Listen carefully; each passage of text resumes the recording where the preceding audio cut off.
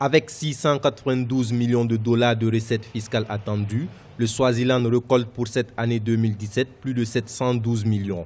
Un surplus de 20,75 millions annoncé par le ministre des Finances, Martin Dlamini.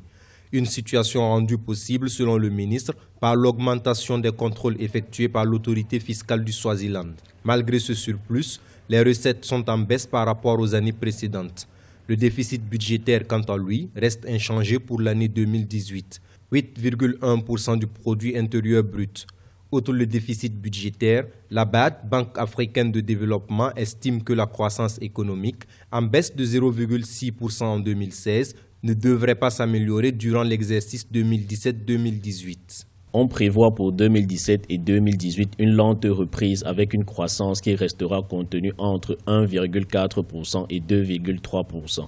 Ceci sur la base d'une amélioration des rendements agricoles due à des conditions météorologiques plus clémentes, notamment à des pluies normales ou supérieures à la normale pendant la saison des semis de la campagne 2016-2017. Selon la Banque africaine de développement, la diminution des recettes douanières est en partie imputable à l'Union douanière de l'Afrique australe.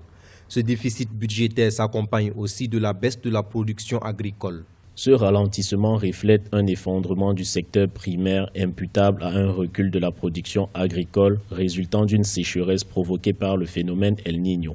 Les rendements des cultures pluviales, en particulier le maïs et le coton, et des cultures irriguées, principalement la canne à sucre, ont considérablement baissé.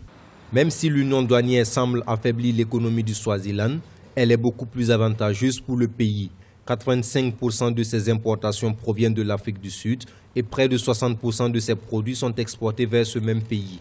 Avec un PIB par habitant d'environ 3 000 $, le Swaziland est classé parmi les pays à revenus intermédiaires inférieurs.